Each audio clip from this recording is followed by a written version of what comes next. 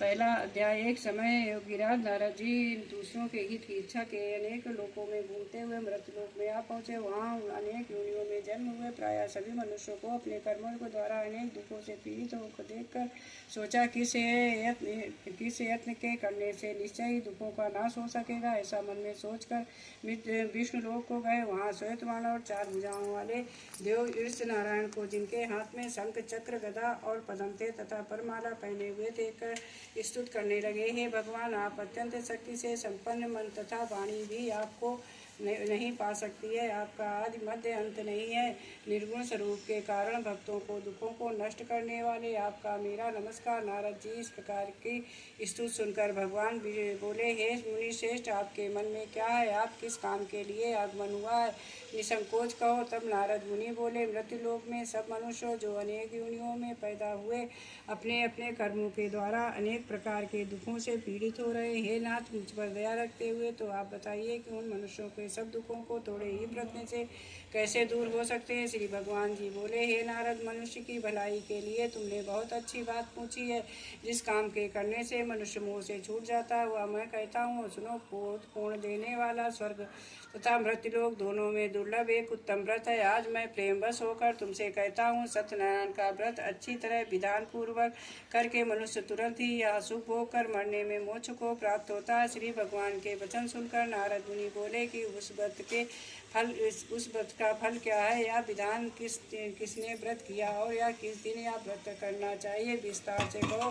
भगवान बोले, हे दुख सुख आदि को दूर करने वाला, धन धान को बढ़ाने वाला, सौभाग्य तथा संतान को देने वाला, या व्रत सब स्थानों में विजयी करने वाला, भक्ति और श्रद्धा के साथ किसी दिन में मनुष्य श्री सत्यनारायण का शाम के समय ब्राह्मणों को बंधुओं के साथ धर्मपरायण होकर पूजा करें।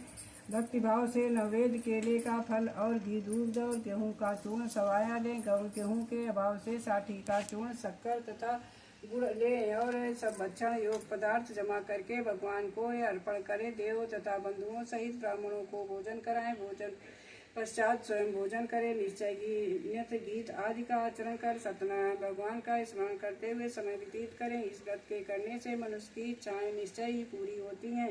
विशेष कर काली काल में भूमि पर यही मोक्ष का सरल उपाय है। श्री सत्यनारायण व्रत की कथा का प्रथम अध्याय संपूर्ण। जय सत्यनारायण भगवान की जय।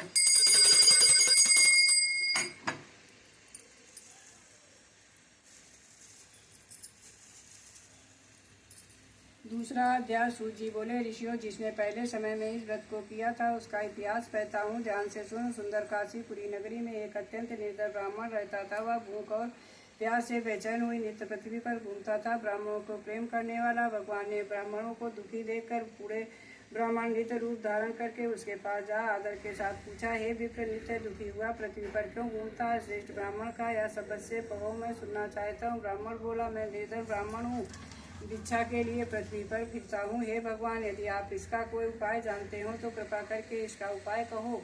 वृद्ध ब्राह्मण बोला कि सत्यनारायण भगवान को मन वांछित फल देने वाले हैं, इसलिए ब्राह्मण तू उनका पूजन कर, जिसके करने से मनुष्य सब दुखों से मुक्त होता है।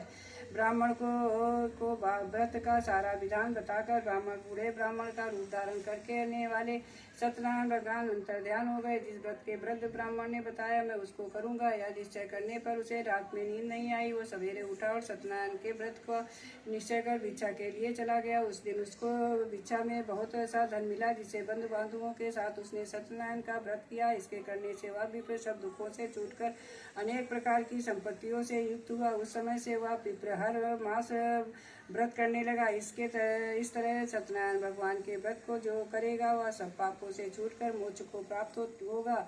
आगे जो पृथ्वी पर सत्यनारायण का व्रत करेगा वह मनुष्य सब दुखों से छूटकर जाएगा। इसलिए इस तरह नारद जी ने सत्यनारायण से कहा कि यह व्रत मैंने तुमसे, हे विप्र, मैं अब और क्या कहूँ? ऋषि बोले, हे मुनीश्वर, संसार में इस व्रत से सुनकर किस किसने इस व्रत को किया, हम सब सुनना चाहते हैं। इसके लिए हमारे मन में श्रद्धा है। सूत जी बोले, हे मुनीश्वर, जिस इसके व्रत किया था वह सब सुनो। एक समय एक विप्र धन और सालू के अनुसार बंधु बांधवों के साथ व्रत करने को तैयार हुआ। उसी समय एक लकड़ी बेचने वाला बूढ़ा आदमी आया और बाहर लकड़ियों का रखकर विप्र के मकान में गया और प्यार से दुखी लकड़हारा उनके व्रत करते देखकर विप्र को नमस्कार करके कहने लगा कि आप यहाँ क्या कर रहे हैं, इसके करने से क्या फल मिलता है, कृपा करके मुझे बताइए। ब्राह्मण ने कहा, यह सब मनोकामनाओं को पूर्ण करने वाला सत्यनारायण भगवान का व्रत है, इसकी ही कृपा से मेरे यहाँ सब धन धान आदि की वृद्धि हुई है। विप्र से इस व्रत के बारे में जानकर लकड़हारा बहुत प्रसन्न हुआ। सब वह चरणामत लेकर प्रसाद खाने के बाद अपने घर गया और लकड़हारे ने अपने मन में एक प्रकार का संकल्प किया कि आज ग्राम में लकड़ी बेचने से जो धन मिलेगा उसी से सत्यनारायण देव का उत्तम व्रत करूंगा। या मन में विचार कर वह बूढ़ा आदमी लकड़ियां अपने सिर पर रखकर जिस नगर को धनवान लोग रहते थे वहां ऐसे सुंदर नगर में गया। उस रोज वह उसे उन्हें लकड़ियों के का दाम पहले से चौगुना मिला। तब वह पूरा लकड़हारा दाम लेकर और अति प्रसन्न होकर पक्के केले की फली, शक्कर, घी, दूध, दही और गेहूं का चूर्ण इत्यादि सत्यनारायण भगवान के व्रत में कुछ सामग्रियों को लेकर अपने घर गया और उसे अपने भाइयों को बुलाकर विधि के साथ भगवान का पूजन किया और व्रत किया। उस व्रत के प्रभाव से बूढ़ा लकड़हारा धनपुत्र आदि से युक्त हुआ और संसार के समस्त सुख भोग कर वैकुंठ को चला गया। श्री सत्यनारायण व्रत की कथा का 2वां अध्याय संपूर्ण। जय सत्यनारायण भगवान की जय।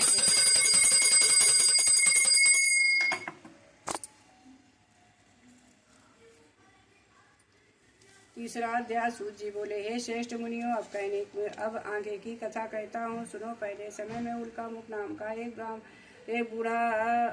बुद्धिमान राजा था। वह सत्यव्रत और जितेंद्रिय था। वह प्रतिदिन देव स्थानों में जाता और गरीबों को धन देकर उनके कष्ट दूर करता था तथा उनकी पत्नी कमल के समान मुख वाली और सती साध्वी थी। भद्राशील नदी के तट पर दोनों ने श्री सत्यनारायण का व्रत किया था। उस समय वह एक साधु वैश्य आया और उसके पास व्यापार के लिए बहुत साधन था। वह नाव को किनारे पर ठहरा कर राजा के पास आ गया और राजा को व्रत करते हुए देखकर विनय के साथ पूछने लगा, हे राजन, भक्ति युक्त चित्त से आप क्या कर रहे हैं? मेरी सुनने की इच्छा है, सो आप यह मुझसे बताइए। राजा बोला, हे साधु, अपने बंधुओं के साथ पुत्र आदि की प्राप्ति के लिए एक शक्तिमान सत्यनारायण भगवान का व्रत व पूजन किया जा रहा है। राजा के वचन सुनकर साधु आदर से बोला, हे राजन, मुझसे इसका सब विधान कहो, मैं उसे भी आपके कथानुसार इस व्रत को करूंगा। मेरे भी कोई संतान नहीं है और इससे मेरे निश्चय ही होगी। राजा से सब विधान सुन व्यापार से निर्वृत्त होकर वह आनंद के साथ घर गया। साधु ने अपनी स्त्री से संतान देने वाले इस व्रत के समाचार सुनाया और कहा कि जब मेरे संतान होगी तब इस व्रत को करूंगा। साधु ने ऐसे वचन अपनी स्त्री को लीलावती से कहे। एक दिन उसकी स्त्री लीलावती पति के साथ आनंदित हो संसारिक धर्म से प्रवृत्त होकर सत्यनारायण भगवान की कृपा से गर्भवती हो गई और तथा 10वें महीने में उसके एक सुंदर कन्या का जन्म हुआ। दिनों दिन इस तरह बढ़ने लगी जैसे शुक्ल पक्ष का चंद्रमा बढ़ता है। कन्या का नाम कलावती रखा गया।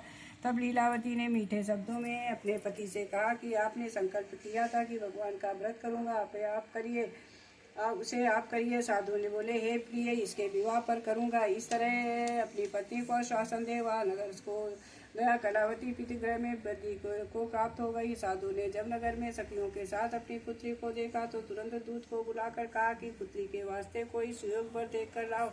साधु की आज्ञा पाकर दूत घनचन नगर पहुंचा और वहां पर खोज और देखभाल कर लड़की के लिए सुयोग स्वरिक पुत्र को ले आया और उसे सुयोग लड़के को देखकर साधु ने अपने बंधुओं सहित प्रसन्नचित अपने पुत्री का विवाह उसके साथ कर दिया। किंतु दुर्भाग्य से विवाह के समय भी उस व्रत को करना भूल गया। तब श्री भगवान क्रोधित हो गए और श्राप दिया कि तुम्हें दारुण दुख प्राप्त होगा। अपने अपने काल में कुशल साधु बनिया जमाता सहित समुद्र के समीप स्थित रत्नापुर नगर में गया। वहाँ दोनों ससुर जमाई चंद्रकेत राजा के उस दरबार में व्यापार करने लगे। एक रोज राजा भगवान सत्यनारायण की माया से पीड़ित कई चोर राजा को धन चुरा कर भागा जा रहा था। किंतु राजा के दूतों को आता देखकर चोरों ने घबरा कर भागते हुए राजा का धन वहीं चुपचाप रख दिया। वहाँ वो ससुर जमाई ठहरे हुए थे। जब दूतों ने उस साधु के पास जाकर राजा के धन को रखा देखा तो दोनों को बांध कर ले गए और प्रसन्नता से दौड़ते हुए राजा के समीप जाकर बोले, या दो चोर हम पकड़ कर लाए हैं, देख कर आज्ञा दो। तब उसी राजा की आज्ञा से उनको कठिन कारावास में डाल दिया गया। उनका धन छीन लिया गया। सत्यनारायण भगवान के श्राप द्वारा उनकी पत्नी भी घर में बहुत दुखी हुई और घर पर जो धन रखा था चोर उसे चुरा कर ले गए। शारीरिक व सामाजिक पीड़ा तथा भूख प्यास से अति दुखित हो अन्न की चिंता में कलावती एक ब्राह्मण के घर गई। वहाँ उसने सत्यनारायण भगवान को व्रत होते देखा, फिर कथा सुनी तथा प्रसाद ग्रहण कर रात को घर आई। माता ने कलावती से कहा, पुत्री अब तक कहाँ रही हो, तेरे मन में क्या है? कलावती बोली, माता मैंने एक ब्राह्मण के घर में श्री सत्यनारायण का व्रत देखा। कन्या के वचन सुनकर लीलावती भगवान की पूजा की तैयारी करने लगी। लीलावती परिवार और बंधुओं सहित सत्यनारायण भगवान का पूजन किया और वर मांगा कि मेरे पति और दामाद शीघ्र आ जाएं। साधु साथ ही प्रार्थना की कि हम सबका अपराध क्षमा करो। सत्यनारायण भगवान इस व्रत से संतुष्ट हो गए और राजा को चंद्रकेत को स्वप्न में दर्शन देकर कहा, हे राजन, दोनों वैश्यों को प्रातःकाल छोड़ दो और उनका जब सब धन जो तुमने ग्रहण किया दे दो, नहीं तो मैं तेरे धन राजपूत आदि नष्ट कर दूंगा। राजा ऐसे वचन सुन कर भगवान अंतर ध्यान हो गए और प्रातःकाल राजा चंद्रकेत ने सभा में स्वप्न सुनाया और फिर दोनों वणिक पुत्रों को कैद में मुक्त कर सभा में बुलाया और कहा, हे महान भाववशी हो, तुम्हें ऐसा कठिन दुख प्राप्त हुआ है, अब तुम्हें कोई भय नहीं है। ऐसा कहकर राजा उनके नए नए वस्त्र भूषण पहनाए तथा उनका जितना धन लिया था उससे दूना धन देकर आदर से विदा किया। दोनों वैश्य अपने घर को चल दिए और श्री सत्यनारायण कथा की तृतीय अध्याय संपूर्ण। सत्यनारायण भगवान की जय।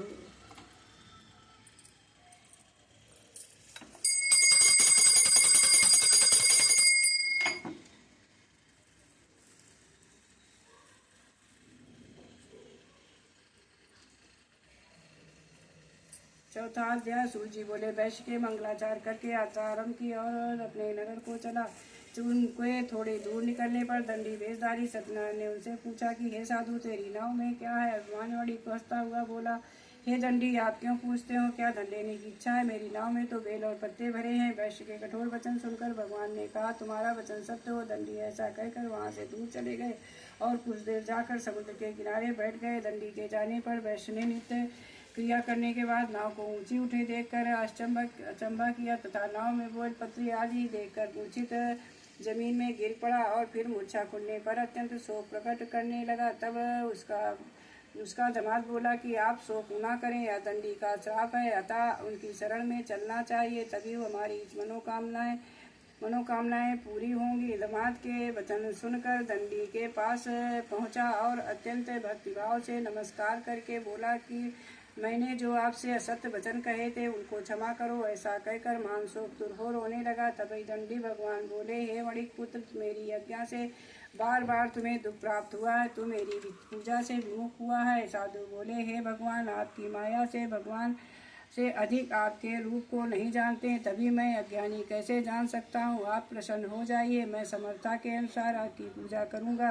मेरी रक्षा करो और पहले के समान नौका में धन भर दो। उसके भक्ति युक्त वचन सुनकर भगवान प्रसन्न हुआ और इसकी इच्छा अनुसार बढ़ देकर अंतर ध्यान हो गए। तभी उन्होंने नाव आकर देखा तो नाव धन से परिपूर्ण और फिर वह भगवान सत्यनारायण की पूजा के साथियों सहित अपने घर को चला और जब अपने घर के निकट पहुंचा तो दूत को घर भेजा। दूतों ने साधु को घर में उसकी स्त्री को नमस्कार कर कहा कि साधु अपने दामाद सहित इस नगर के समीप आ गए हैं। ऐसा वचन सुनकर साधु की स्त्री बड़े हर्ष के साथ सत्यदेव से की पूजा कर पुत्री से कहा, मैं अपने पति के दर्शन को जाती हूँ, तू कार्य पूर्ण कर शीघ्र माता के वचन ऐसे वचन सुनकर बलावती प्रसाद छोड़कर पति के पास गई और प्रसाद की अवज्ञा के कारण सत्यदेव ने रुष्ट होकर उसके पति को नाव सहित पानी में डुबो दिया।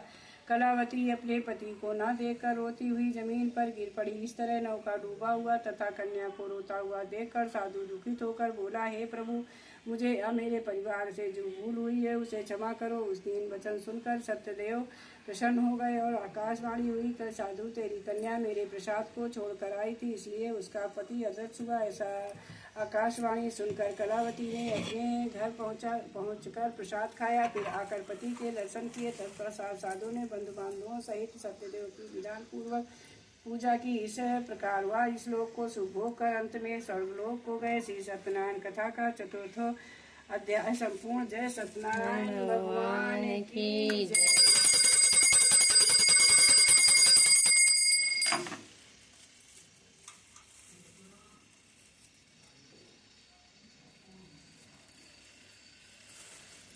पांचवा अध्याय। सूत जी बोले, हे ऋषियों, मैं और कथा कहता हूँ, सुनो।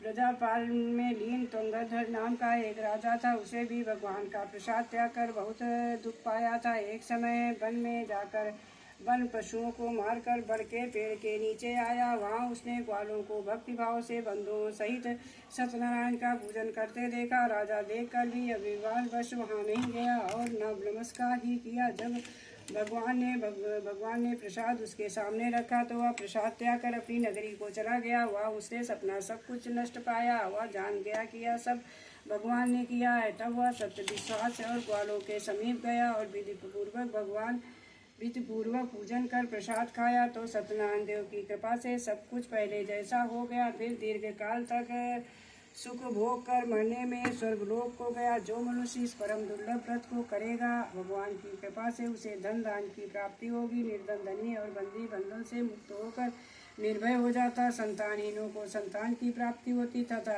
सब मनोरथ पूर्ण होकर अंत में वैकुंठ धाम को जाता है। जिन्होंने पहले इस व्रत को किया था उसके दूसरे जन्म की कथा कहता हूँ। वृद्ध शतानंद ब्राह्मण ने सुदामा का जन्म लेकर मोक्ष को पाया। उल्पामुख नाम का राजा दशरथ होकर वैकुंठ को प्राप्त हुआ। साधु नाम के वैश्य ने मनोरथ बनकर अपने पुत्र को आरे से चीरकर मोक्ष की प्राप्ति किया।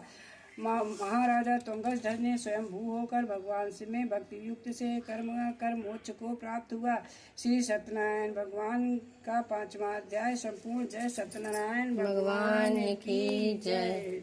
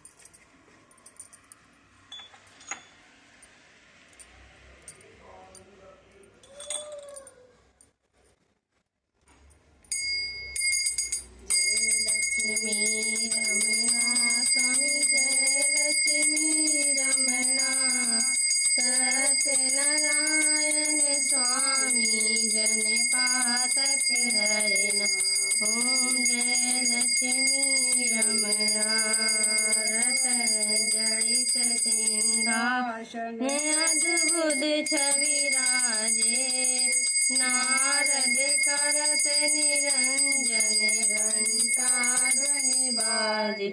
ओम जय लक्ष्मी रमणा प्रगट भये कलिकारण दिव्य को दर्श दियो भूरा ब्राह्मण बन कर कंचन महल दियो। ओम जय लक्ष्मी रमणा दुर्बल वीर करारा पर कृपा करी चंद्र चूड़ एक राजा तिनकी विपत्ति हरी।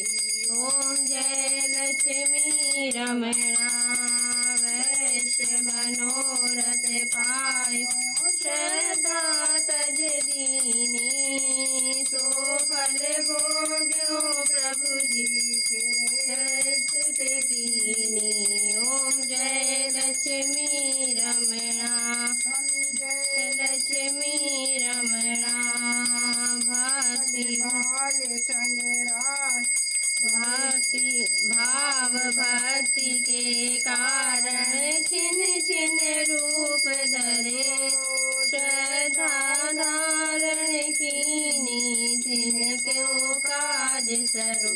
ओम जय लक्ष्मी रमणा ग्वाल बाल संग राजा जिनमें भक्ति करी मन वांछित फल दीना दीन दयाल हरि। ओम जय लक्ष्मी रमणा चढ़त प्रसाद सवार कदली फल मेवा धूप दीप तुलसी से राजी सत देवा। ओम जय लक्ष्मी रमणा जय लक्ष्मी रमणा सद